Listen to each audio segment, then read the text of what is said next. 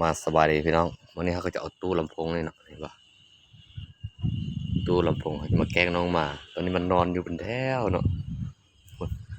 อยู่พุ่นกับนอนอยู่พี่กับนอนจะอยู่ในโต๊ะตั้งจะมีหลายเลยพุ่น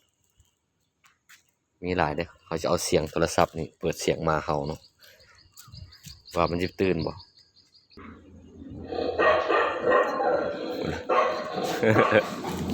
เอาละแลนมาล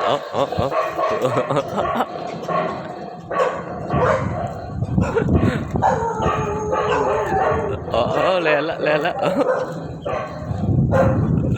โอ้ย